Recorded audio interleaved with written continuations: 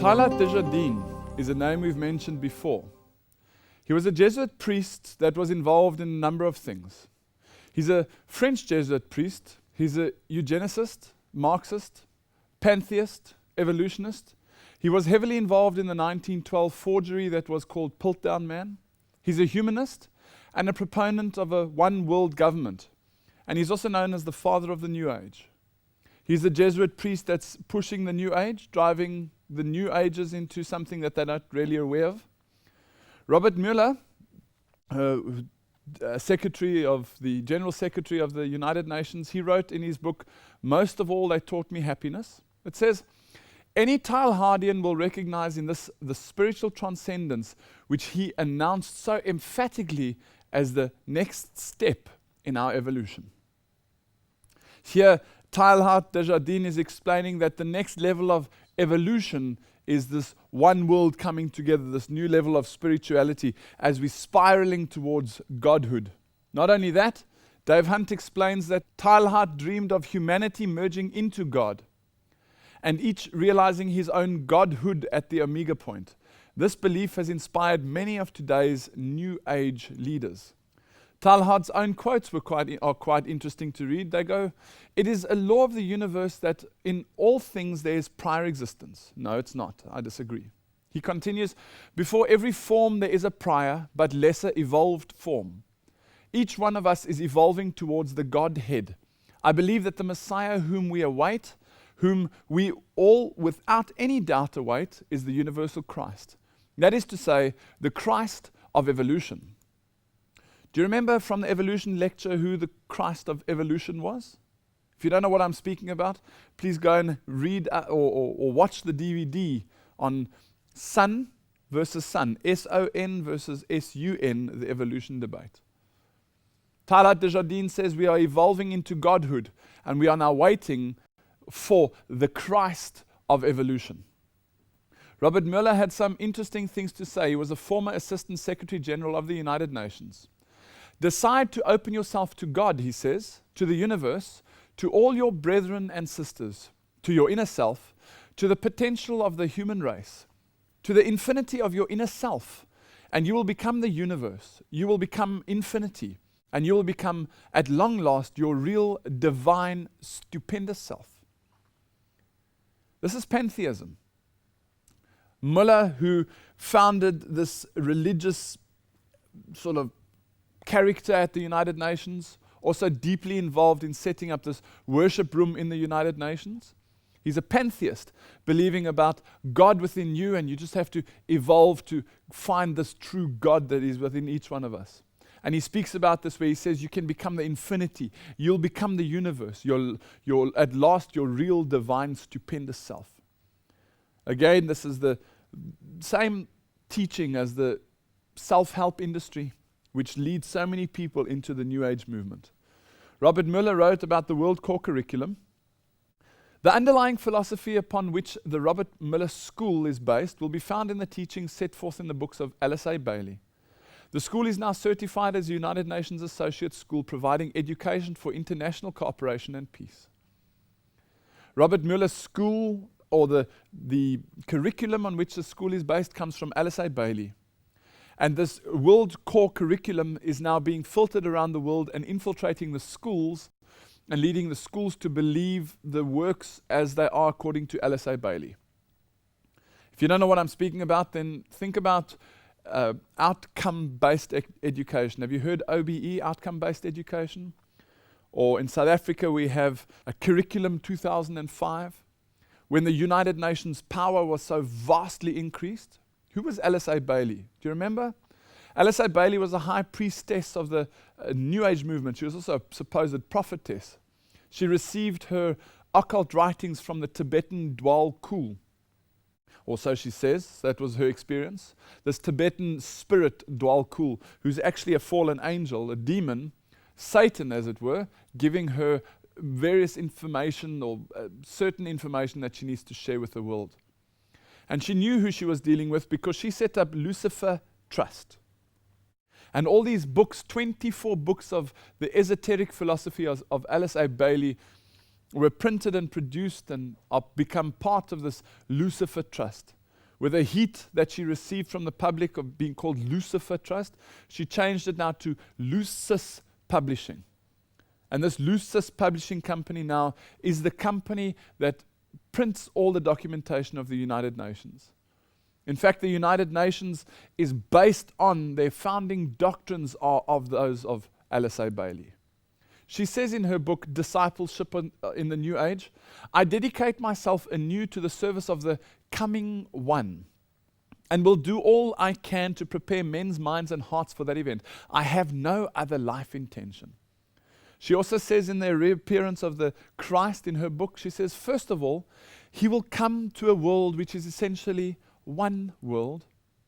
So here Alice A. Bailey is speaking about the coming one. And remember the one that we spoke about with Bono? This is the same one. It's not Jesus Christ. This is the supreme architect, or the supreme being, as it were. The coming one, capital C, capital O. Well, Alice A. Bailey believes in Lucifer coming to give us the light. And when he comes back, he's going to come back to a one world. Interesting, remember the Baal Hadad, always back to the same old sun symbol, just different ways of explaining it. Baal Hadad, Baal Hadad. Look at the United Nations emblem. Here you have the emblem, and here you have an ancient carving of a sun symbol. Does it look somehow familiar to you? The United Nations embodying something like this? Well, Robert Miller said in My Testament to the United States, to the United Nations, it says, no human force will ever be able to destroy the United Nations, for the United Nations is not a mere building or a mere idea. Now listen, it is not a man-made creation, you see? The United Nations is the vision light of the absolute supreme, which is slowly, steadily, and unerringly illuminating the ignorance and the night of our human life.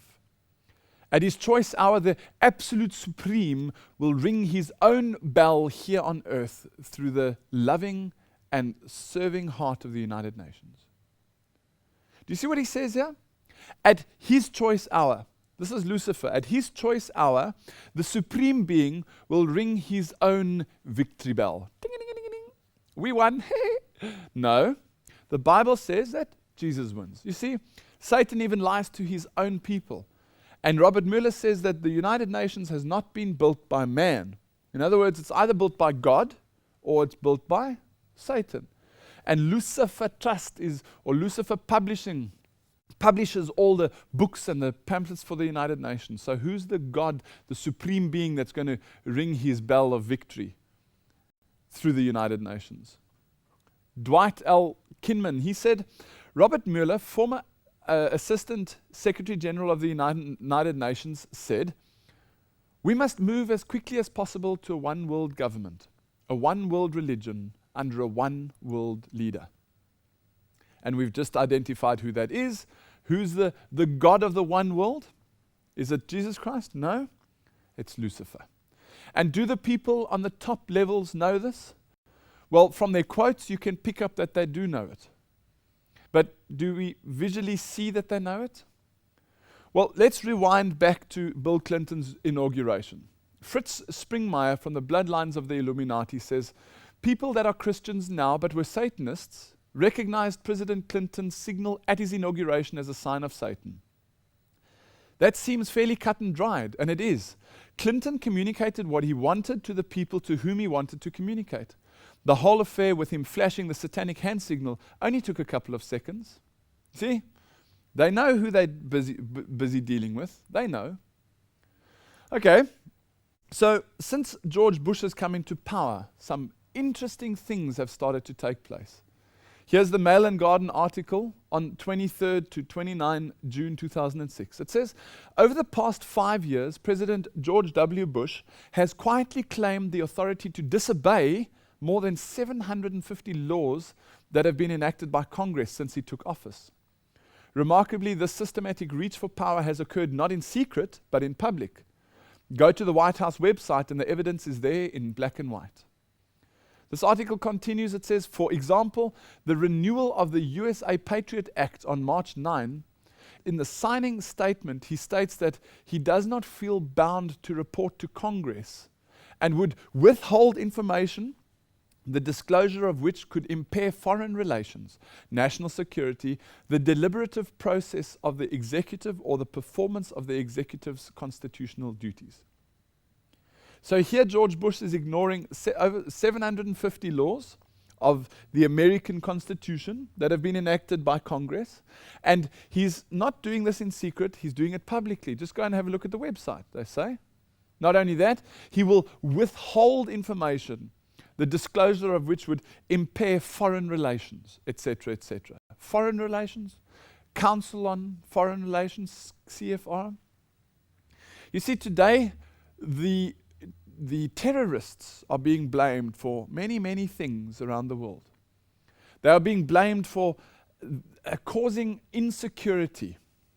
But there's a deeper level to this whole terrorist idea that is not often recognized. And in order to get certain laws passed, you have to have certain threats valid and available in the world. And this article continues that Bush signed the overwhelmingly supported congressional bill last year outlawing the torture of detainees. On the face of it, the new law was explicit, strengthening what Bush described as values we hold dear. But the signing statement on December 30 carefully undermines that claim. It asserted that the executive branch shall construe the law in a manner consistent with the constitutional authority of the president, as commander-in-chief.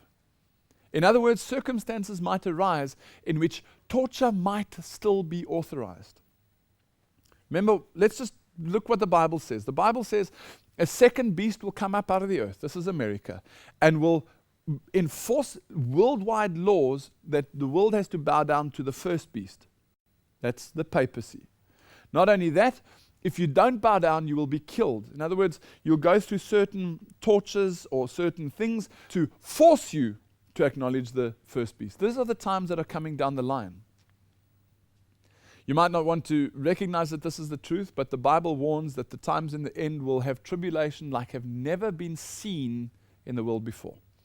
This idea of grabbing power, Bush's power grab, is also recognized and resonating throughout Africa. Here's an article regarding Thabo Mbeki, the president of South Africa, regarding his successor, the person who's going to take over from him. This article says, power has already been pulled from society to state, from provinces to Pretoria and Luthuli House, and from legislature to executive. Within national government, it has gravitated from the cabinet to the presidency. The power in this office is now open to abuse.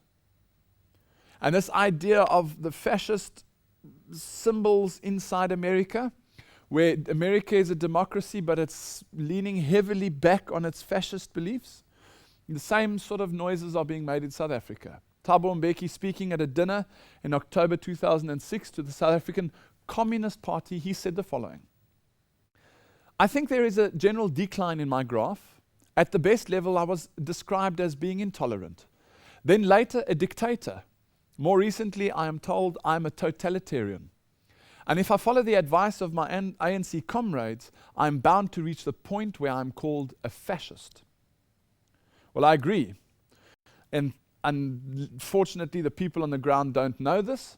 And the democracy, this wonderful experience that we've been through, being one big country, is not actually true up at the higher levels. Do you remember what Morals and Dogma spoke to us about? Albert Pike, the highest Freemason of all time, he wrote about the Templars having two doctrines, one secret and one well-known. The Templars were also the people who spat on the cross and defecated on the cross of Christ, right? Well, the Templars, like all other societies and secret orders and associations, have two doctrines. One concealed and reserved for the masters, which was Johannism. The other public, which was the Roman Catholic. Morals and Dogma explains to us, this book explains to us that the insider, Johannism, St. John the Divine and these two, is actually the outsider Catholicism. But inside, it's secretly Luciferian. Why then, on March 10th, 2007, did our president, Thabo Mbeki, become a knight of St. John? Here you have one of the articles about that. As you can see, President Thabo Mbeki was made a knight of the most venerable order of the Hospital of St. John of Jerusalem.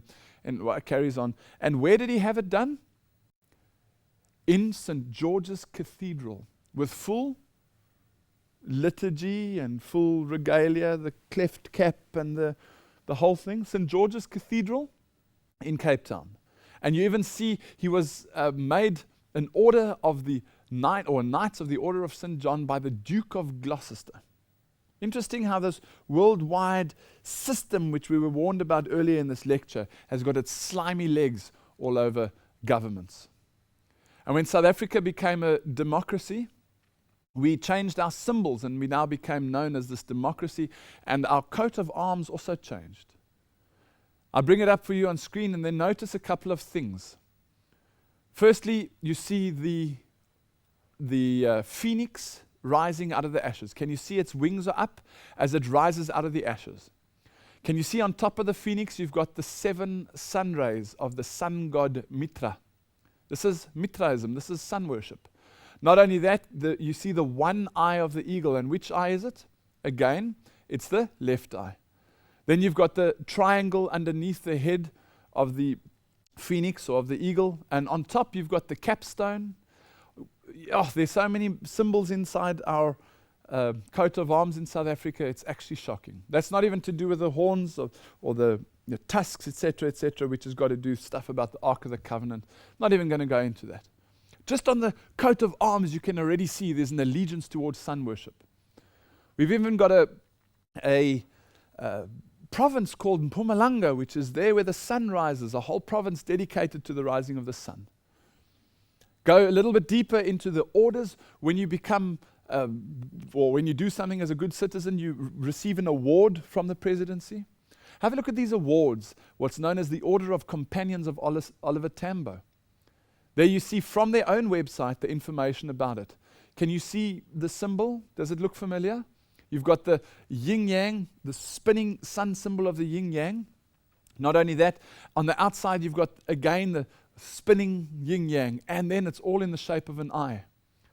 And I'm not saying it's in the shape of an eye. Their own information says Majola, the watchful eye with hooks at both the top and the bottom, is inspired by the universal yin and yang that speak of a meeting point for diverse spiritual entities.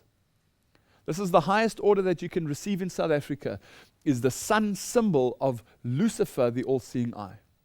Not only that, if you go to the other orders, you've got various of them. There on the top left, you can see the Baal Hadad. On the bottom left, you can see the sun symbol, the sun rising again. And then this one on the top right, you see the sun rays again, and at the bottom, the Baal Hadad underneath. And what about this one right at the bottom? You see, it also explains Ikhamanga, the rays of the sun, which denote power and glory and illumination. That's the one on top, there with coming out of her headdress. And there at the bottom, you have the Order of the Companions of Oliver Tambo again, this all-seeing eye, and it's even got the serpent around it. These are satanic symbols inside our government in this wonderful democracy. See, but that's for the cattle. That's for the catechumen, the goyim. What about this Robert Mugabe? What's he busy with? Why did he have to print a new 200,000 Zimbabwean dollar note yesterday or 2-3 days ago, which is now worth $1 American US dollar? It might even be Australian dollar, I can't remember, but it's 200,000 Zim dollars to $1. What's he busy with? Well, it becomes very clear that he's actually busy with what's called the Hegelian principle. You see, with the layout of the world, according to the New World Order, the world has been split into 10 regions, right? And Zimbabwe, all you do, go into the Zimbabwe and you'll see it's now called the Jesuit province of Zimbabwe. He's busy fulfilling a very important role, is Robert Mugabe. He's not doing a bad job. In fact, he's doing a very good job. He's trying to destroy one country while this supreme power lifts up another country. We happen to be in South Africa, which is being lifted up, and Zimbabwe, which is being pulled down, so that you can have two extremes. You have the thesis and the antithesis or antithesis. This is Hegelian principle. Now you rub them together again, and out comes the synthesis, right? So here you have the image by Gary H. Carr. He explains on Route to Global Occupation exactly that. And there between region 4 and region 8, you can see that the border runs between South Africa and Zimbabwe. These 10 regions of the world in the New World Order are also hinted about, and I'll be covering that in a different lecture series. But there's this idea that this first beast, the Antichrist, gives a certain amount of his power to these 10 leaders that are put in place. Now, when the Bible speaks about 10, it means all-encompassing. When the Lord wanted to give us some guidelines on how to make sure we are completely covered by His grace, He gave us 10 commandments. The New World Order has split the world into 10 regions.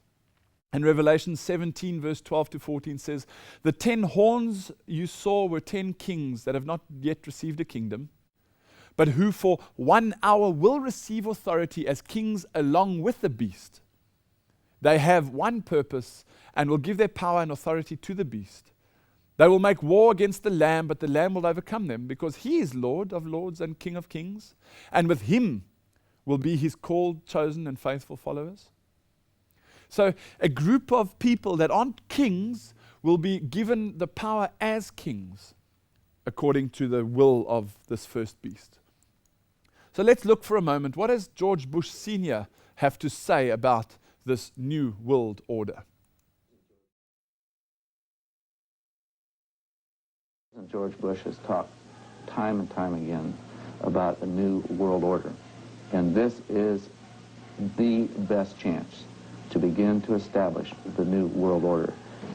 What is at stake is more than one small country. It is a big idea, a new world order. Out of these troubled times, our fifth objective, a new world order, can emerge. Now we can see a new world coming into view. A world in which there is the very real prospect of a new world order. There's a drive towards a new world order from the presidency himself. Remember that Reagan was the first one to be inaugurated facing the sun symbol, that obelisk, and that he was the one to open channels to the Vatican. From there onwards, it's become louder and louder and louder. George Bush said it. What did Bill Clinton have to say about the new world order? There is no longer a clear division between what is foreign and what is domestic. The world economy, the world environment, the world AIDS crisis, the world arms race, they affect us all. Today, as an old order passes, the new world is more free but less stable. Communism's collapse has called forth old animosities and new dangers. Clearly, America must continue to lead the world we did so much to make. While America rebuilds at home, we will not shrink from the challenges nor fail to seize the opportunities of this new world. There's definitely a new world coming along. And then on January 1st, 2004, shock of all shocks, the Vatican issues its own call. Boom. January 1st, the New Year message from Pope John Paul himself. Here you have it, CNN.com. Pope calls for a new world order. And it says the respect for international law and the creation of a new international order based on the goals of whom? The United Nations. So here the papacy is calling also for a new world order. It knows that it's going to be the head of this order, and it's calling for these world powers to bring together the children in Christianity and economics and other religions all together under a new world order. The secret societies were planning as far back as 1917 to invent an artificial threat in order to bring humanity together in a one world government, which they call the New World Order. That's according to Beyond the Pale Horse. This idea of creating a false threat is what's needed to be able to get us to accept certain rights that we used to hang on to give them up. David Rockefeller said on September 14th, 1994, "The present window of opportunity during which a truly peaceful and interdependent world order might be built will not be open for too long. We are on the verge of a global transformation. All we need is the right major crisis, and the nations will accept the new world order. We just need the right major crisis, and things will start to be accepted, like the New World Order.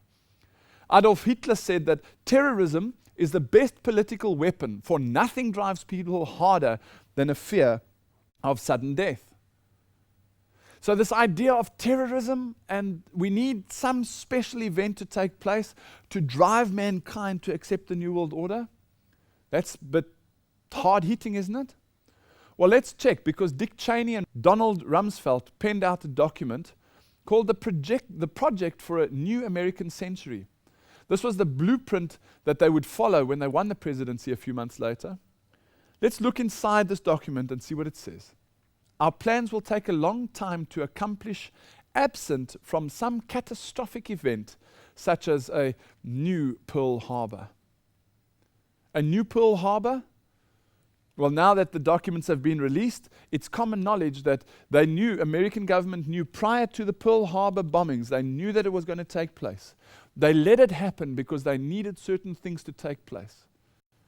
And here Dick Cheney and Donald Rumsfeld say that we need another Pearl Harbor, because without a catastrophic event like Pearl Harbor, our plans will take a long time to complete. These people are busy driving us like cattle towards accepting a New World Order. If you don't believe me, go and read it up yourself. There it is, the New American Century, Project for the New American Century. Go and read the document on the website. And then out of the blue, interesting to see that was written in 2000. And out of the blue, September 11, 2001, bam! A new Pearl Harbor, could it be? The terrorists are attacking America, we are told. The day that the world changed. Time magazine shows this explosion as the second plane hits the second tower. There were 3 major events that day. Number 1, it was the Twin Towers, where the planes hit the Twin Towers. Number 2, it was the plane hitting the Pentagon. And number 3, it was Flight 93 that crashed in the open. Those were the 3 main events. Trying to uncover what hit the Pentagon has been an interesting exercise. There were 3 images, still images, of the security cameras that were released by the CIA. They actually released 4, but one of them was black. On the top left, you see there, interestingly, that it says September 12, 2001, so the date is wrong. But there you see the Pentagon. Then you see the next one is blank. And the next one, September 12, 2001, you see the explosion and then the bigger explosion.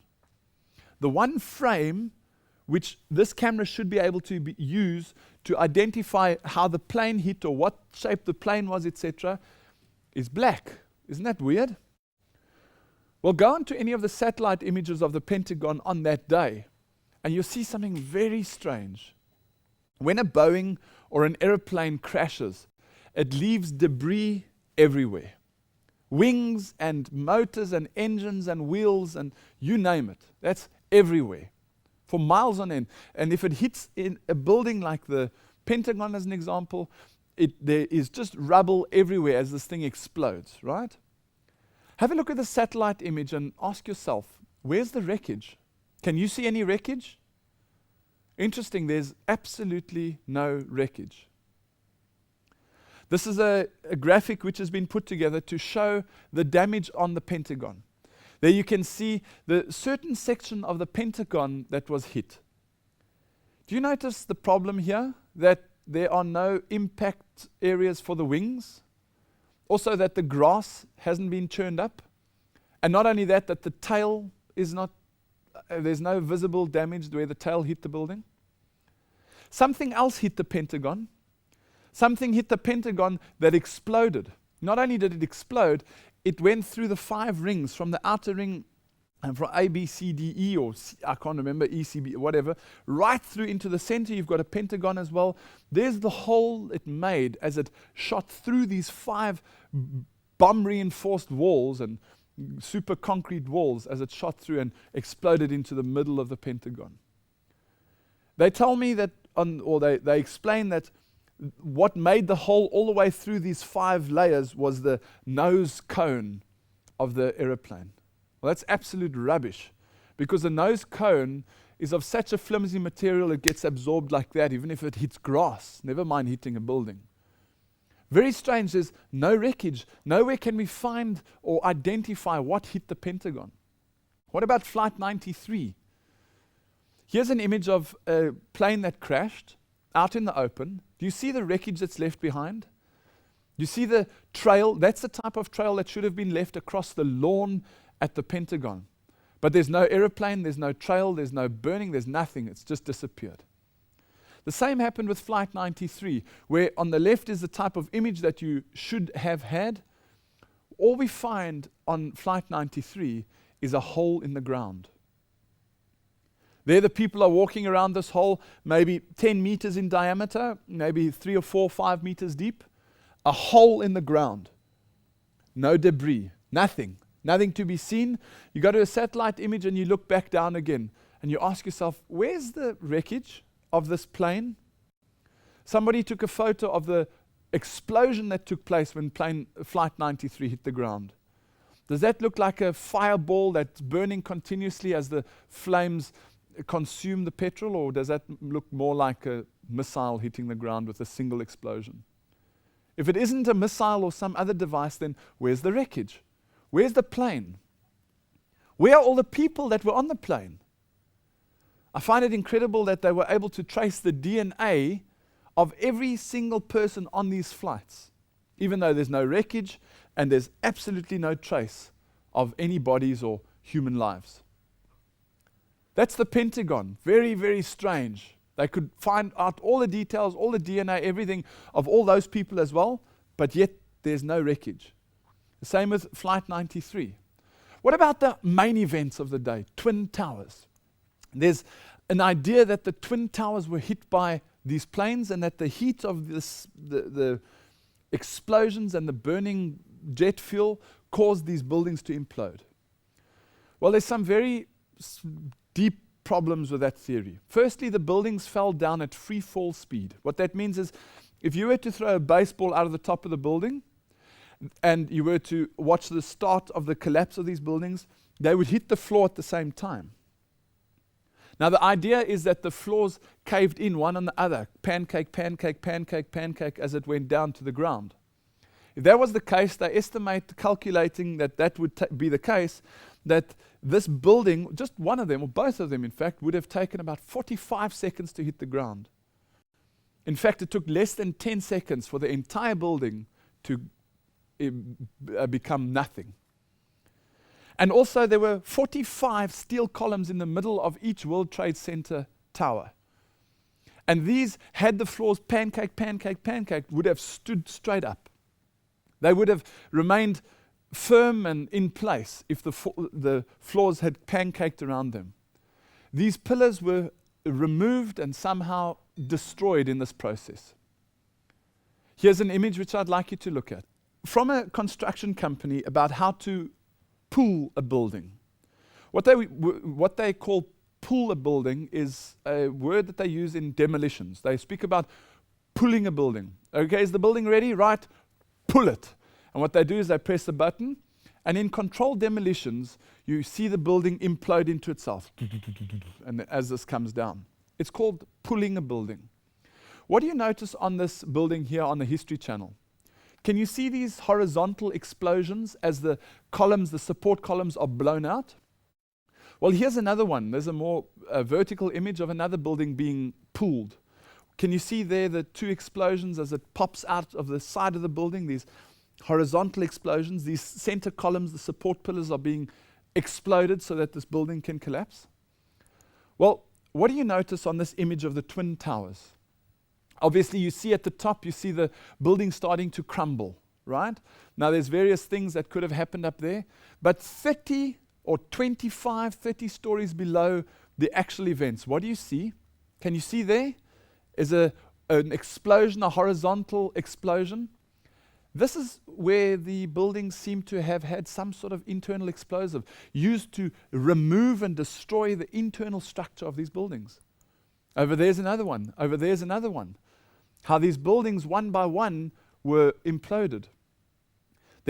I'm going to give you another couple of examples. There you can see these horizontal shootings of the cement as it comes out the side as the various explosions go off.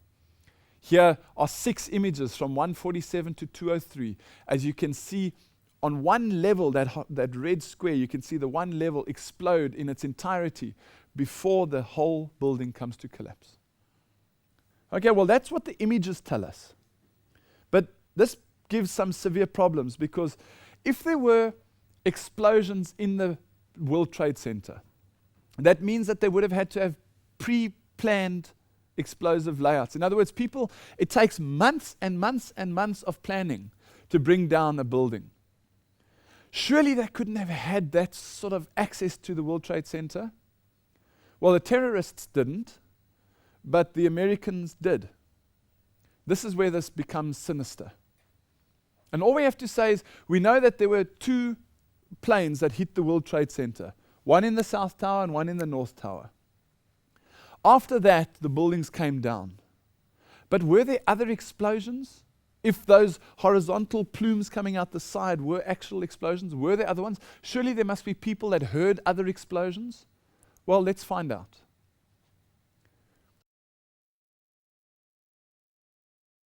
These are eyewitnesses' accounts from September 11th, 2001. And the question is asked, were there other explosions? At 10:30, I tried to leave the building, but as soon as I got outside, I heard a second explosion and another rumble and more smoke and more dust. I ran inside the buildings, the chandelier shook, and again, black smoke filled the air. Within another 5 minutes, we were covered again with more silt and more dust. And then a fire marshal came in and said we had to leave, because if there was a third explosion, this building might not last. As we were getting our gear on and making our way to the stairway, there was a heavy-duty explosion. Some of the people out, then there was those secondary explosions, and then the subsequent collapses. So I don't know how many people were in there. I know there was a lot of firefighters. New York's bravest never had a chance. We really never even got to that close to the building. An explosion blew and it knocked everybody over. The FBI is here, as you can see. They had roped this area off. They were taking photographs and securing this area just prior to that huge explosion that we all heard and felt. Most of the victims so far were people outside the blown-up buildings. Like, it sounded like gunfire, you know, bang, bang, bang, bang, bang, and then all of a sudden, 3 big explosions. To me, it sounded like an explosion. Then the building, the rolling sound sounded like the building collapsed. Where the floors collapsed down. I saw it blow and then ran like hell. Thank God. I'm 69, but I can still run. It just went ba-boom. It was like a bomb went off. And it was like holy hell coming down them stairs. And then when we finally got to the bottom, they were coming out on a mezzanine level there, and another explosion came right from it, just everyone flying. We just saw that as well. The second tower, the only one that was standing, tower number 1, we saw some kind of explosion, a lot of smoke come out at the top of the tower, and then it collapsed down onto the street. Next thing we know, it was boom, boom, and the floor started shaking. And then we saw debris fall down, and next thing we know, we had to get out of the building. We stuck on the stairs for a while. We finally got down to the lobby. Then we get to the lobby, it was this big explosion. Well, me and Mr. Hesh, the corporation counsel, were on the 23rd floor. I told him we got to get out of here. We started walking down the stairs. We made it to the 8th floor. Big explosion. Blew us back into the 8th floor. I was making my way to the foot of the World Trade Center. Suddenly, while talking to an officer who was questioning me about my press credentials, we heard a very loud blast, an explosion. We looked up, and the building literally began to collapse. Rose Housey, one of our CNN producers, is on the phone. Rose, what do you got? I'm about a block away, and there were several people that were hanging out the windows right below where the plane crashed, when suddenly you saw the top of the building start to shake, and people began leaping from the windows in the north side of the building. You saw 2 people at first plummet, and then a third one, and then the entire top of the building just blew up, and splinters of debris are falling on the street. When I tried to save people, in a moment we heard a big explosion coming down. Everything just went black. Everything came down, glass started popping. People got hurt, stuff went on top of them, and it was a big explosion. Everything got dark, real dark, like snow. You can see behind me, oh, this is not snow, this is all from the building. It was a terrible nightmare. Because I was down in the basement. All of a sudden we heard a loud bang. And the elevator doors blew open. Some guy was burnt up. So I dragged him out. His skin was all hanging off. The streets of the financial district covered with debris, in some cases ankle deep. Cars on fire, cars just turned by the force of the explosions. It was like something no one had ever seen. This huge, incredible force of wind and debris actually came up the stairs, knocked my helmet off, knocked me to the ground. I was about 5 blocks away when I heard explosions, 3 thuds, and turned around to see the building we just got out of, antenna tip over and fall in on itself. We started running, floor by floor, instead of popping out. It was like, if it had detonated. Yeah, detonated. Planned to take down a building. Boom, boom, boom, boom, boom, boom. I go downstairs, the foreman tells me to go to remove the containers. As I'm walking by the main freight corridor building in the corridor, that's when I got blown. I mean, the impact of the explosion, of whatever happened, it threw me to the floor, and that's when everything started happening. You have 2 110-story office buildings. You don't find a desk. You don't find a chair. You don't find a telephone, a computer. The biggest piece of a telephone I found was half of the keypad, and it was about this big. The building collapsed to dust. One example, after another example, after another example, experience after experience after experience of people saying something else was going on here. They're not sure what, but it was like boom, boom, boom, boom, boom, boom, boom, as if they planned to take down a building. Well, you see, that's what exactly was done. In this situation with the World Trade Center, with these center columns, these 45 columns that were there to keep the building up, each one of them right through to the top was neatly somehow sectioned off in 10-meter sections, sort of 30 feet, just long enough to get onto a truck. Before any forensics could be done, all the steel was loaded onto trucks and onto ships and shipped off to the Far East. Not only that, the entire building was pulverized. That can only take place in an explosion. And then there's a special explosive type device that is used to destroy steel, the foundation of steel. And what it causes is molten lava, or molten steel. And these firemen say they don't understand it. 8 weeks later, there was still molten steel at the bottom. And yet jet fuel only burns at 600 odd degrees, and it needs 1200 degrees to start melting steel. Very strange things took place. Very, very strange.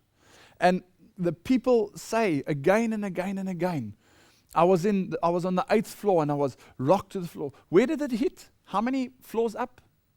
Many, many, many, many, many floors. Up in the hundreds, 100 and something. And here on the 8th floor is an explosion which, boom, rocks them to their feet. There's also images, and I'm not going to put all the video clips in now, of the ground lobby area, the ground floor lobby area of these buildings. As the firemen were taking down images of what was going on, some of them walk around with cameras, the news media, etc. All the marble had been blown off the lobby, off the walls. All the windows of the lobby have been blown out. That one gentleman says there was a huge explosion in the lift, and he opened the doors and there was this poor man with his skin that was ripped off, etc. There were certain things happening in those buildings which had nothing to do with the planes. And then those 2 buildings came down, but there was a 3rd building that fell. That's building number 7, World Trade Center building number 7. Here's an image of what happened.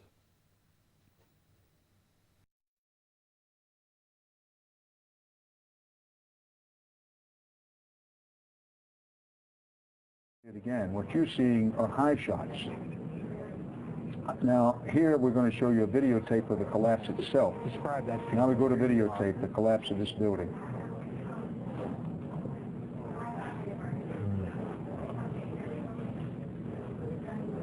It's amazing. Amazing, incredible, pick your word. For the 3rd time today, it's reminiscent of those pictures we've all seen too much on television before, when a building was deliberately destroyed by well-placed dynamite to knock it down.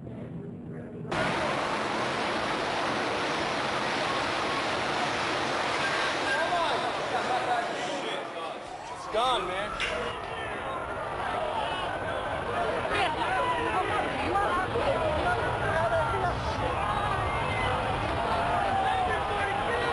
Back live, we have had little relief here. Take a look at this. About an hour ago, World Trade Center building number 7 collapsed. A 42-story building. No word of any casualties in the building. It was the one calamity that was not a surprise. It was the one that wasn't a surprise. That's an interesting comment. Can you see how this building falls in on its own footprint? That's only possible if it is done via controlled demolition. A building that falls over maybe on the one side and then crumples as it leans against another building. This building in perfect symmetry fell into its own footprint. This can only be done with months and months and months of planning and of preparation. Larry Silverstein is the guy who rents out this property. He's the leaseholder, right? He's a gentleman who couple of months before September 11th, spent weeks negotiating with the insurance companies to protect the World Trade Center buildings from terrorist acts. Not only did he get his way, he got, when the World Trade Center fell, he claimed for his insurance policy, I can't remember the figure now, it was something like $7 billion. Oh, and then he put in a second claim because he said both buildings, that's 2 separate terrorist attacks. So from his $150 million or whatever he spent on insurance, he got a billions of dollars return. And then he's also the leaseholder for building number 7. And then on national television, when they asked him what happened in building number 7, he says something amazing. Remember, what do you call as a person that demolishes building? What do you call it when you demolish a building? Do you remember? They speak about pulling it. You pull it and then everything falls in. Well, Larry Silverstein, in this interview, as you'll see now, hints about the idea that there's been so much loss of life and the fire couldn't be contained. But as this video clip starts, just watch the humongous fire which destroyed this building. You'll see it's only 2 tiny little fires on 2 floors that could have been put out by just a few fire engines. Watch this video clip and listen carefully to what Larry Silverstein says, the leaseholder of these buildings. I remember getting a call from the fire department commander telling me that they were not sure they were going to be able to contain the fire. I said, we've had such terrible loss of life. Maybe the smartest thing to do is pull it. And they made that decision to pull, and then we watched the building collapse. Larry Silverstein says to his people, we've had so much loss of life, maybe we should just pull it. And they made the decision to pull it, and then we watched the building collapse. Does that sound like a freak accident? No. These are planned demolitions. Just like Dick Cheney said and Donald Rumsfeld that they need a new Pearl Harbor, and that Hitler said terrorism is a perfect example of how to get people to be in fear of their own lives. This is what we're seeing at the moment. And in this magazine, Facts in German, it says, Der Böse sitzt im Pentagon. The evil is sitting inside the Pentagon. On the back of that, BBC World, who's got all these channels and all this information and all these videos of 9/11, Richard Porter, at least, who's the head of BBC World, he said this fantastic thing in 2007, in February. He said, we no longer have the original tapes of our 9/11 coverage. So if someone has got a recording of our output, I'd love to get hold of it. We do have the tapes on our sister channel, News 24, but they don't help clear up the issue one way or another. They've somehow lost all the coverage of 9/11. BBC World? This doesn't make sense. You see, on October 26th in 2001, George Bush signed what's known as the U.S. Patriot Act. Now, this was supposedly, or it was allegedly proposed 5 days after the September 11 tragedy. 5 days after 9/11, he puts forward a bill, right? Not only is it virtually impossible to put together a bill that quickly, but to get it debated and passed that quickly is not possible. The bill had to be written well in advance, and it had to be planned and laid out waiting for a major problem. And when the major problem came, boom, they could justify the passage. This Patriot Act virtually decimates the Constitution's foundations. Interestingly, looking back in 8 years, America had 3 huge tragedies. Terrible things that took place. Waco, Oklahoma City, and September 11. And every time the government of America's answer was that they had to increase their governmental powers and their liberties, and by doing that, erode the constitutional freedoms and liberties. Worldwide, we've felt this. And so I don't know what you might call it in your country, but in South Africa, we speak about the FICA Act. Now, every time you want to do anything, anywhere, like at the bank, you want to open up a new bank account, you have to prove where you live, you have to have a water and lights bill, you have these new laws where they're tracing the money, they now can look into your bank accounts, etc., etc. These things are stemming from the world government coming together. But in order for them to have control of everything, we have to give up certain of our rights, as was laid out in the American Constitution. George Bush said, the best way to honor Pope John Paul II, truly one of the great men, is to take his teachings seriously, is to listen to his words and to put his words and teachings into action here in America. This is a challenge we must accept. America was founded by running away from the Pope. They were running away from persecution. Today, George Bush says, we have to accept the challenge of promoting the Pope's doctrines or the Pope's ideas. And then history was made when the entire state of America bowed down to the Pope.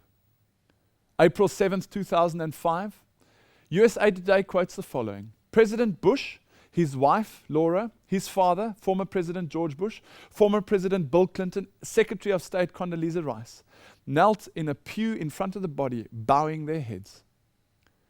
This image was one which had never been seen before. Bowing down, the whole of America, bowing down to the beast.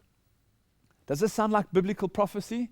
The first beast that comes out of the nations and the sea, and a second beast that comes out of the earth, and the second beast will drive the whole world to acknowledge the first beast. The whole world bows down, wonders after the beast. Here those same people, Laura, George Bush Sr., Clinton, Condoleezza Rice, and other officials are standing in reverent homage to the Pope as he lies in state. As another image, as never seen before in history. World leaders kneel in homage to the Pope, it says. Vatican City, April 8, 2005. George W. Bush made history yesterday as the first American president to attend a papal funeral, kneeling in silent prayer before the Catholic leader. Not only did these leaders of America bow down to the Pope, but the whole of America had their flags at half-mast. Protestant America, supposedly Protestantism, as it were, lowered their flags to half-mast. And this false prophet that we discussed in the previous the 2 lectures ago starts to now explain who it itself is. Protestantism has its flags at half-mast in America. And then November 14, 2004, this article is written, amongst others, it says, church and state merge under Bush. Wow. This is a fulfillment of prophecy. As we lead closer and closer and closer to the end of time, the walls between church and state have to be broken down. Various things have to be put in place. One world government has to take place. These things are all underway. And a couple of years ago, just a couple of months ago as it were, George Bush removes the wall between church and state. Church and state merge under Bush. And Ratzinger, Cardinal Ratzinger, became Pope Benedict XVI. And he called his new red-hatted men, or men in red hats, his new cardinals. And amazingly enough, as it says in the Bible, the second beast, America, will twist and the whole world to acknowledge the first beast.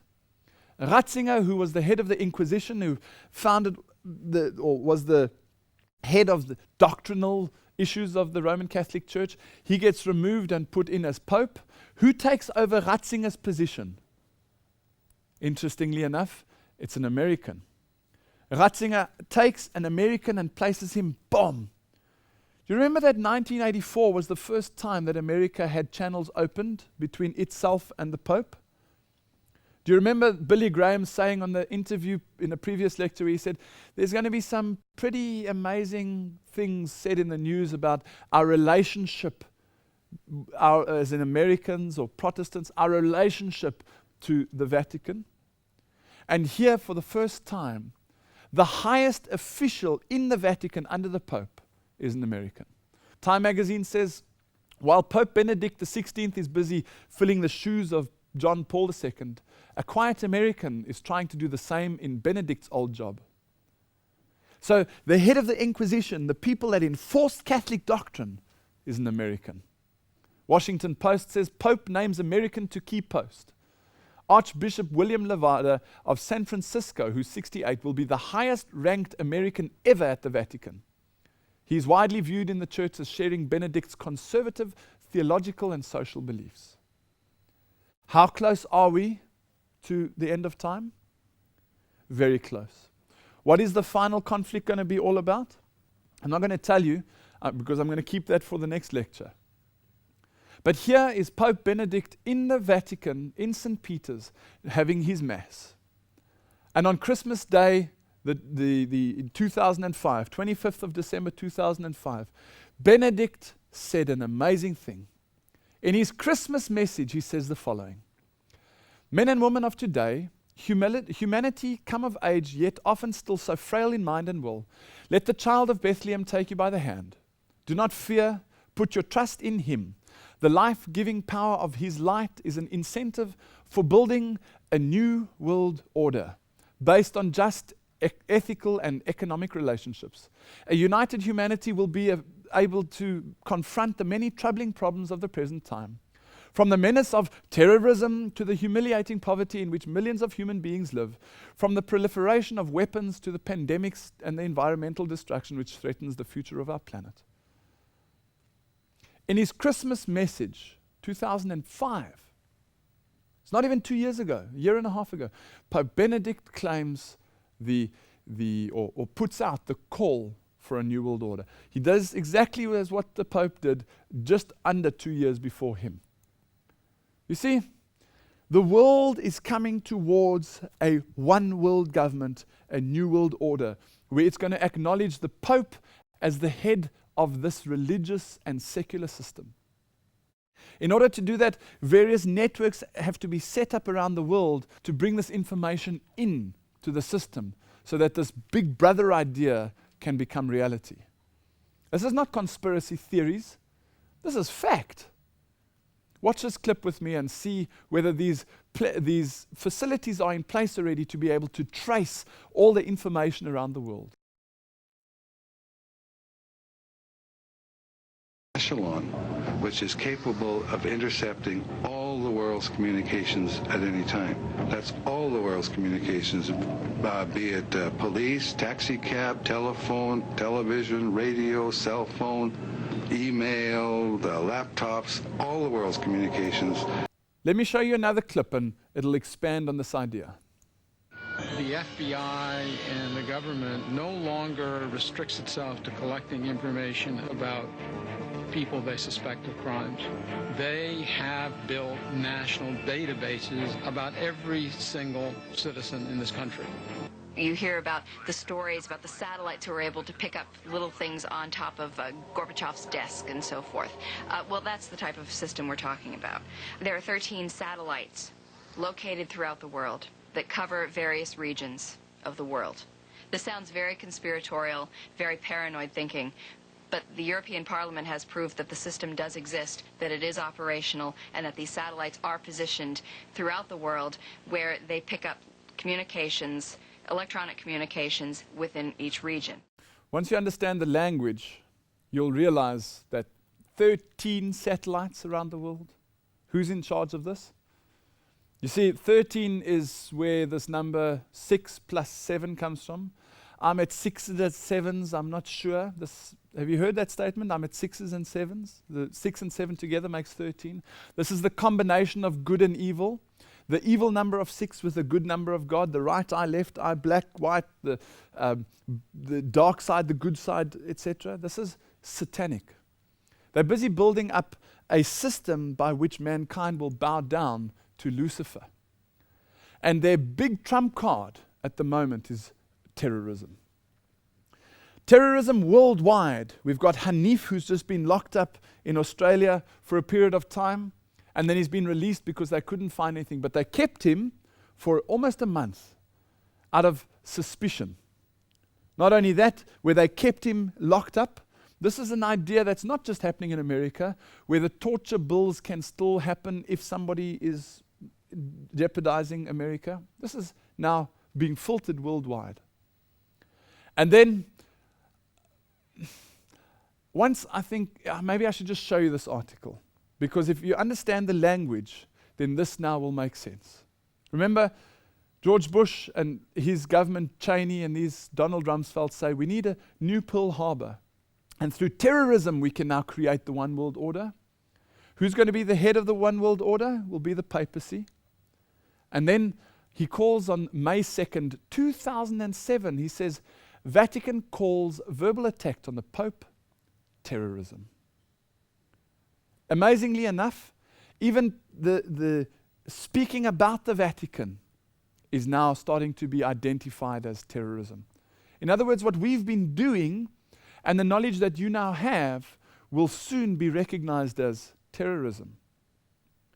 I don't know how long I'm going to be able to do these lectures. What I do know, though, is that if you have this information and you know of other people that need to get this before the Lord comes, it becomes your responsibility to make sure they get it. The Pope, in May of this year, he says the Vatican calls verbal attacks on the Vatican and on the Pope terrorism. And the world is bowing down to what the Pope says. Therefore, the world will enforce, according to the American system of enforcing, anything that the first beast now starts to say. And then on the 11th of July, 2007, a worldwide decree was issued by the Vatican that declared, Pope declares Catholicism the only true church. This is a reiteration of what was done in 2000, where Benedict said the same thing when he was Cardinal Ratzinger, except this time he adds on a little sting on the end of the tail. It says, the timing of the document came less than 4 days after Benedict revisited another key aspect of the Vatican II, reviving the old Latin Mass. Benedict is busy reviving the old Latin Mass, this occult satanic ritual by which you transubstantiation of Jesus Christ, putting him into the body and blood of Jesus Christ into the Eucharist. We've been through all of these things. If you don't know what I'm speaking about, get these lectures. Fill your mind with this information. Again, a couple of weeks ago, the Pope says, the Catholic Church is the only true church. All other Christian denominations are just ecclesiastical communities, he says. David Spangler, who's the director of the Planetary Initiative at the United Nations, he says, no one will enter the New World Order unless he or she will make a pledge to worship Lucifer. No one will enter the New Age unless he will take a Luciferian initiation. The light that reveals to us the presence of the Christ comes from Lucifer. He is the light giver. He is aptly named the morning star because it is his light that heralds for man the dawn of a great consciousness. Man, these guys are deceptive. Listen to what he says. No one will enter the New World Order unless he or she will make a pledge to worship Lucifer. You see what the problem is? Worship. They know it. The highest people know that they are channeling exactly as the Bible says. They follow the beast and they worship the dragon who gave the power to the beast. They are worshiping Lucifer. Revelation 18 verse 1 to 4 is this cry that comes from heaven. After these things, I saw another angel come down from heaven, having great power, and the earth was lightened with his glory. And he cried mightily with a strong voice, saying, Babylon the great is fallen, and has become the habitation of devils, and the hold of every foul spirit, and the cage of every unclean and hateful bird. For all nations have drunk of the wine of the wrath of her fornication, and the kings, that's George Bush and his cojones, the kings of the earth have committed fornication with her. And the merchants of the earth are waxed rich through the abundance of her delicacies.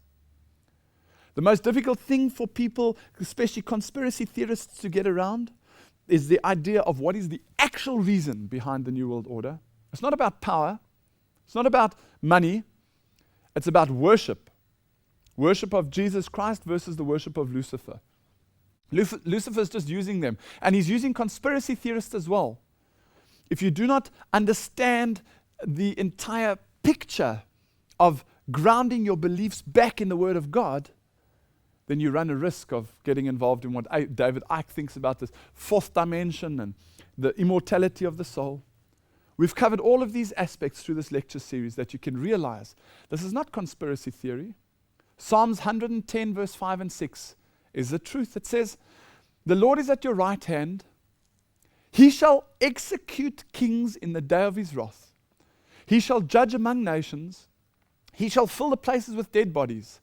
He shall execute the heads of many countries. I don't want to be in Thabo Mbeki's shoes.